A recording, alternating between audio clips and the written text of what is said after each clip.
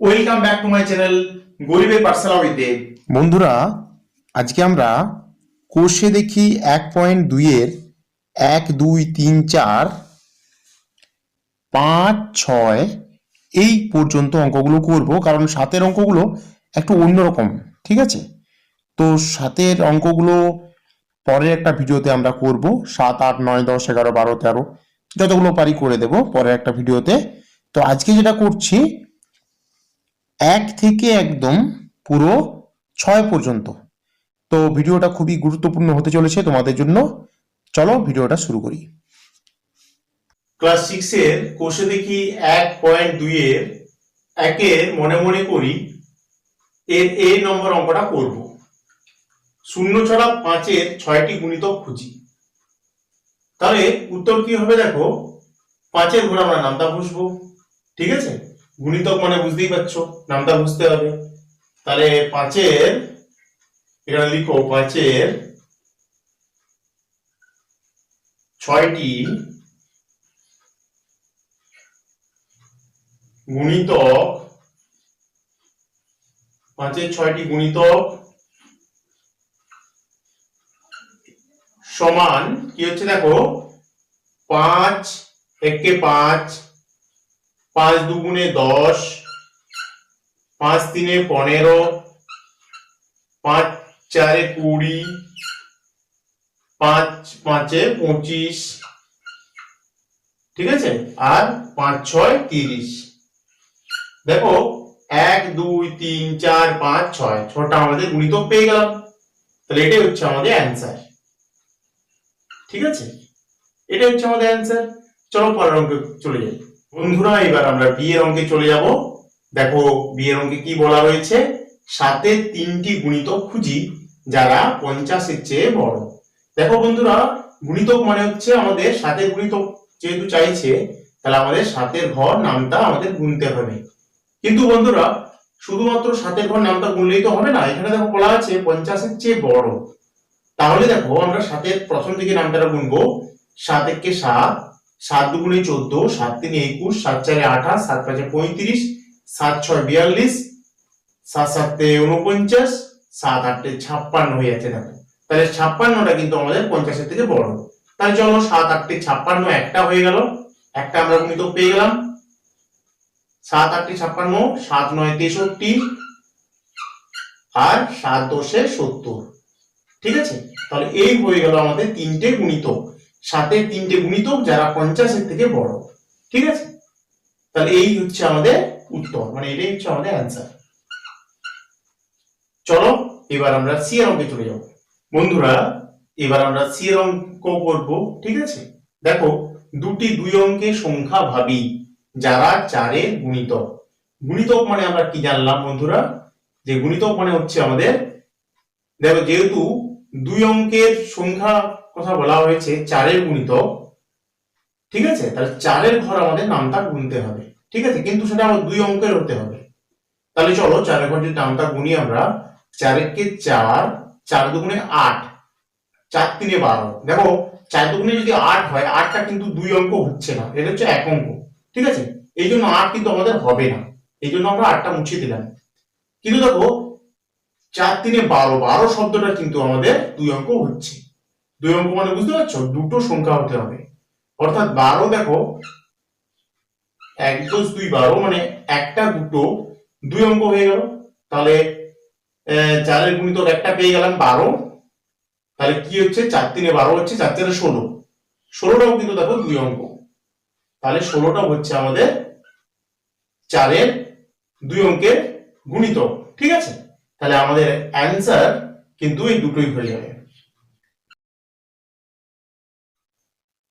অনেক গুণিত রয়েছে, কিন্তু আমরা যেহেতু আমাদের দুটো চেয়েছে, এই জন্য আমরা দুটোই লিখলাম।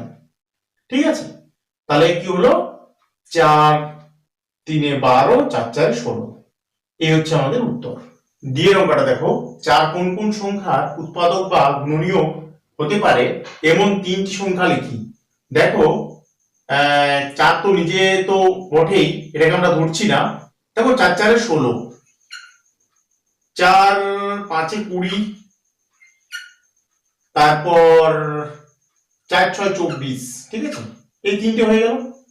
তাহলে এটা 4 তো ঠিক আছে, 4টা তো আছেই, কিন্তু আমাদের যেটা তিনটে সংখ্যা যেটা রয়েছে সেটা হচ্ছে গিয়ে তোমার 16 একটা, 20 একটা, 24 একটা।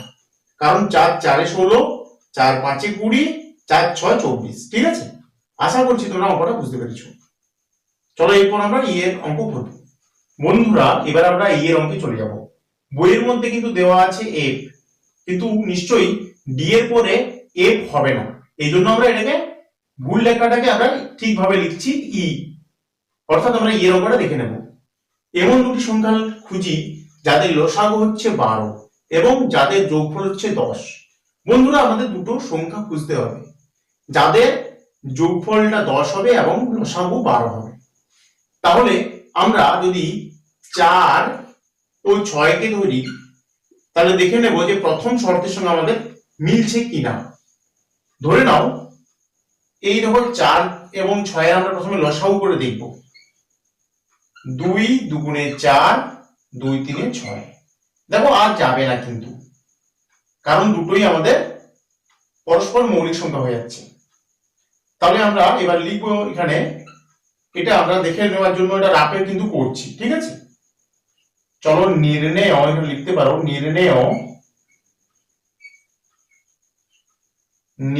লসাগু সমান লসাগু সমান, দেখো কত হবে, এখানটায় আমরা লিখছি 2 গণিত 2 গণিত 3, 2 দুগুণে 4, 4 3 12 সমান আমাদের 12 আমরা দেখো পেয়ে গেলাম। মানে কি 4 এবং 6 এর লসাগু আমরা কিন্তু পেয়ে গেলাম 12, ঠিক আছে। তাহলে আমাদের প্রথম যে শর্ত ছিল, প্রথম শর্তটা কিন্তু মিলে যাচ্ছে। দেখো দ্বিতীয় শর্ত কি আছে, এবং যাদের যোগফল 10 হবে।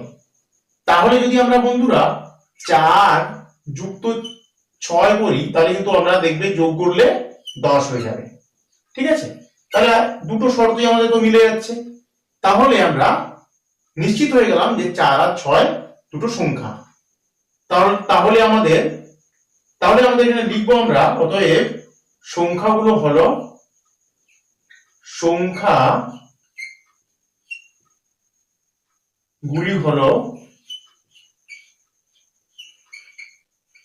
সংখ্যাগুলি হলো 4 এবং 6।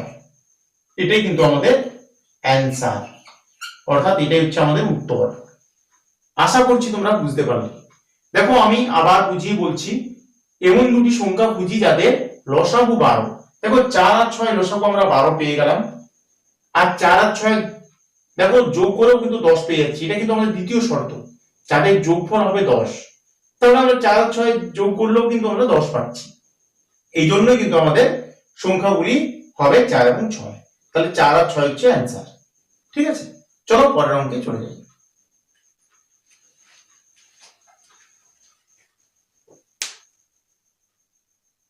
2 এর এই অঙ্কটা করব।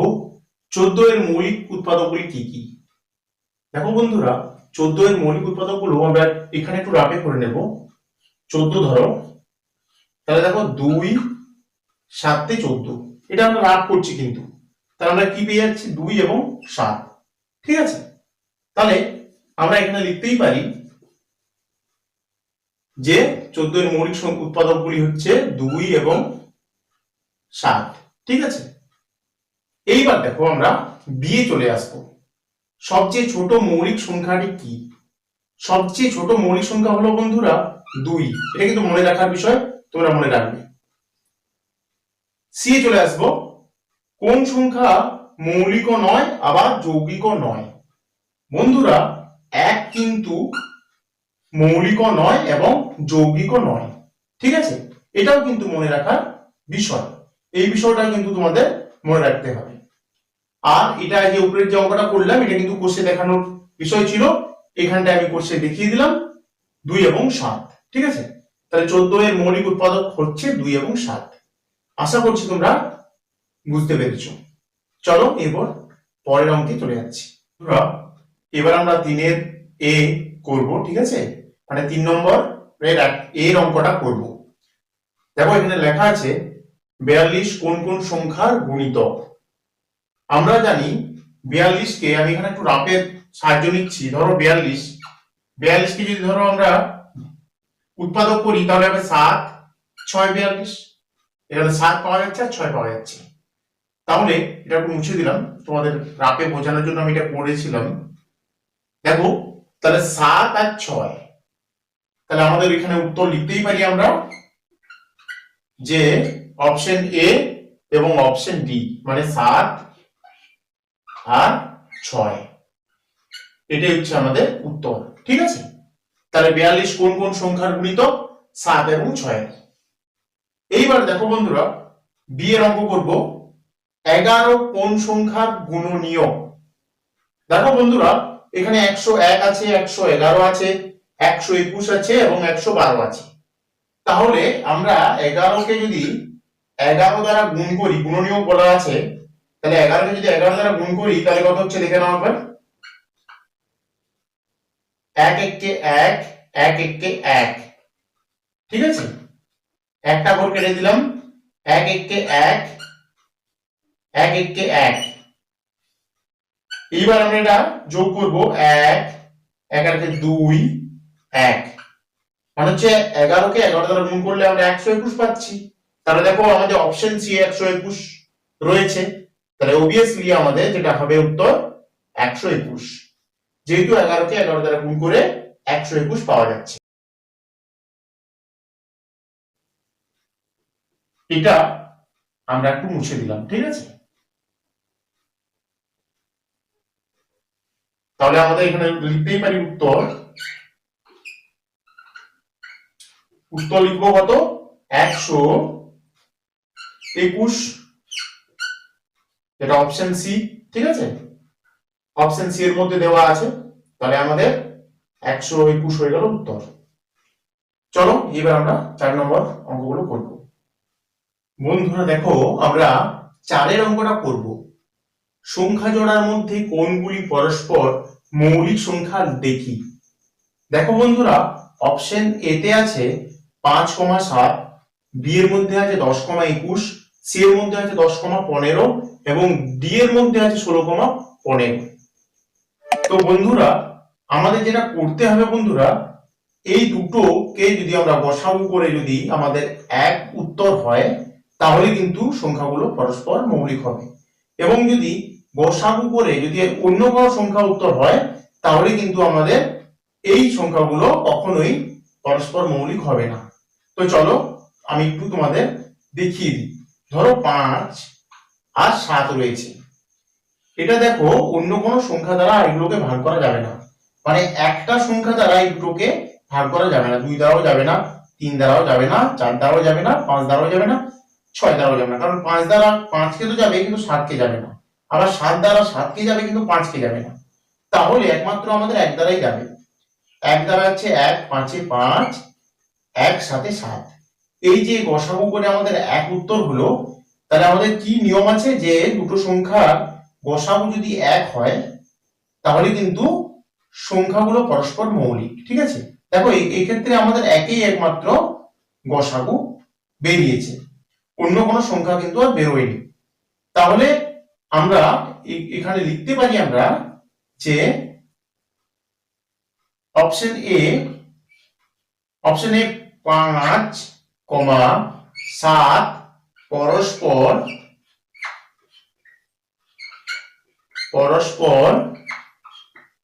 মৌলিক। ঠিক আছে,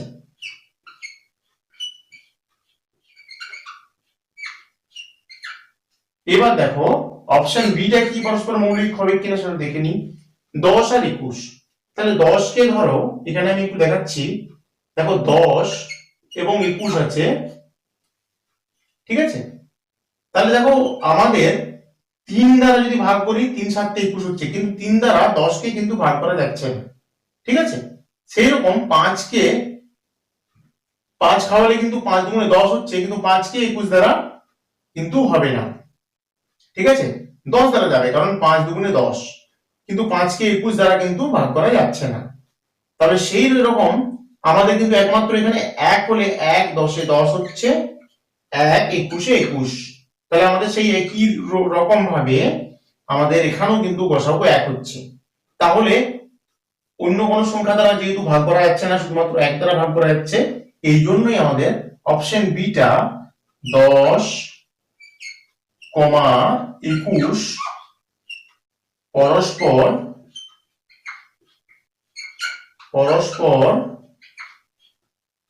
মৌলিক।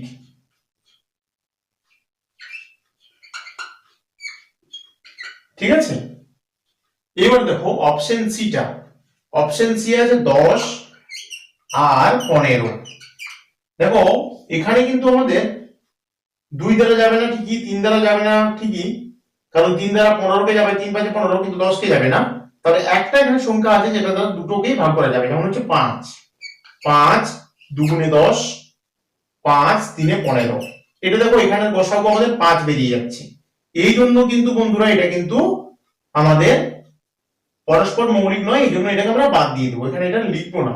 এটা পরস্পর মৌলিক নয়, কারণ এটাকে আমরা 5 দ্বারা দুটোকেই ভাগ করা যাচ্ছে, এই জন্য এটা কিন্তু পরস্পর মৌলিক সংখ্যা নয়। তাহলে এটাকে আমরা বাদ দিয়ে দিলাম। এবার তাহলে 16 আর 15 দেখো, 16 আর 15 আছে। এটাকেও কিন্তু কোন সংখ্যা দ্বারা দুটোকেই ভাগ করা যাবে না। যেমন ধরো যদি 4 দ্বারা ভাগ করা যাবে 16 কে, কিন্তু 4 দ্বারা 15 কে যাচ্ছে না, আবার 5 দ্বারা 15 কে যাচ্ছে কিন্তু 16 কে যাচ্ছে না।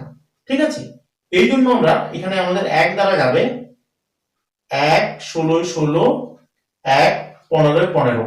1 যদি আমাদের উত্তর হয় গসাগুর, তাহলে কিন্তু পরস্পর মৌলিক হবে। ঠিক আছে, তাহলে এখানে এখানে আমাদের ডি এর যেটা অপশনটা, ডি ডি এ কিন্তু 16, 15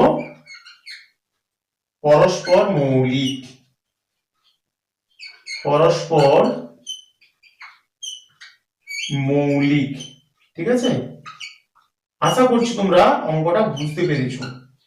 আবার একটু আমি বুঝিয়ে বলছি যে যদি দুটি সংখ্যার যদি গসাগু যদি 1 হয়, তাহলে সেই সংখ্যাগুলো পরস্পর মৌলিক হবে। কিন্তু যদি সেই সংখ্যাগুলোর গসাগু অন্য কিছু হয়, যেমন ধরো 10 আর 15-র গসাগু আমাদের 5 ছিল, এই জন্য আমরা কিন্তু এটা লিখিনি পরস্পর মৌলিক, কারণ এটা আমাদের পরস্পর মৌলিক হবে না। তাহলে বাকি সবগুলো কিন্তু পরস্পর মৌলিক, শুধুমাত্র 10, 15 বাদ দিয়ে। তাহলে এই ছিল আমাদের উত্তর। আশা করছি তোমরা অঙ্কটা বুঝতে পেরেছো। চলো পরের অঙ্কে চলে যাই। বন্ধুরা এবার আমরা 5 নম্বর অঙ্কে চলে যাব। এমন দুটি যৌগিক সংখ্যা খুঁজি যারা পরস্পর মৌলিক। তাহলে উত্তর লিখো, 4 9, ঠিক আছে, আর 4 15। ঠিক আছে, 4 9 আর 4 15। ঠিক আছে, এই দুটো সংখ্যা হয়ে গেল। এগুলো কিন্তু তোমরা মনে রাখবে। এইবার আমরা 6 নম্বর অঙ্কে চলে যাব। দেখো বন্ধুরা, এবার আমরা 6 এর অঙ্কটা করব। পরস্পর মৌলিক সংখ্যার গসাগু কত লিখি। ঠিক আছে, এটা আমাদের প্রশ্নে আছে। দেখো পরস্পর মৌলিক সংখ্যা অন্য কোনো সংখ্যাকে ভাগ করা যায় না, তাহলে সর্বদাই মৌলিক সংখ্যার গসাগু, পরস্পর মৌলিক সংখ্যার গসাগু কিন্তু 1 হবে, কারণ অন্য কোনো সংখ্যা দ্বারা ভাগ করা যাবে না। এই জন্যই তোমার যেহেতু 1 দ্বারা ভাগ করা যাবে, সেই কারণের জন্যই পরস্পর মৌলিক সংখ্যার গসাগু উত্তর 1 হবে। এটা কিন্তু মনে রাখার বিষয়, এটা কিন্তু মনে রাখতে হবে তোমাদের। এইবার আমরা 6 দিয়ে চলে আসবো। পরস্পর মৌলিক সংখ্যার লসাগু কত হবে? দেখো বন্ধুরা, পরস্পর মৌলিক সংখ্যা যেমন ধরো আমি একটা বলছি, যেমন ধরো 2 আর এই ধরো 3, দুটোই মৌলিক সংখ্যা। এইগুলোর কিন্তু আমরা কখনোই লসাগু করতে পারবো না। এইগুলোকে কিন্তু আমাদের লসাগু করার সময় কিন্তু 2 গুণিত 3, 3 গুণে 6 হয়ে যাবে। মানে আমরা 6 তোমার গুণ করে দেব, দুটো সংখ্যাকে কিন্তু গুণ করে আমাদের লসাগু করতে হবে। সেই কারণের জন্য আমাদের পরস্পর মৌলিক সংখ্যার লসাগু হবে, এখানে লিখবো পরস্পর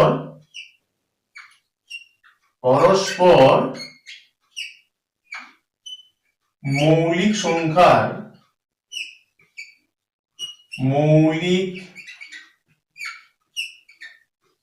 সংখ্যার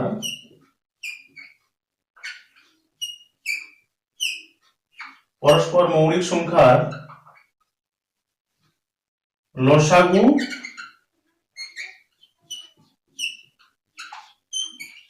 সমান সংখ্যাগুলির গুণফল। সংখ্যাগুলির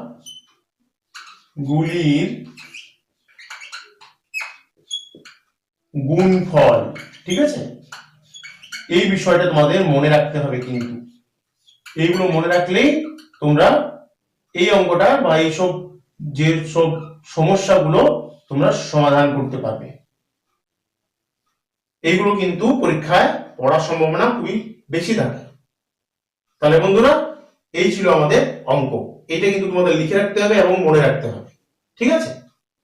তো এই ছিল আমাদের আজকের ভিডিও। বন্ধুরা, এর পরের ভিডিওতে আমি 7 থেকে প্রায় যতগুলো সম্ভব অঙ্ক করে দেব। আমি একটা বিশেষভাবে অনুরোধ করব, চ্যানেলটাকে সাবস্ক্রাইব করে বেল বাটন প্রেস করে আমার সঙ্গে থাকো, কারণ এখানে প্রতিনিয়ত শিক্ষামূলক ভিডিও পোস্ট হতে থাকে। তো সকলেই ভালো থাকবে, দেখা হবে পরের ভিডিওতে।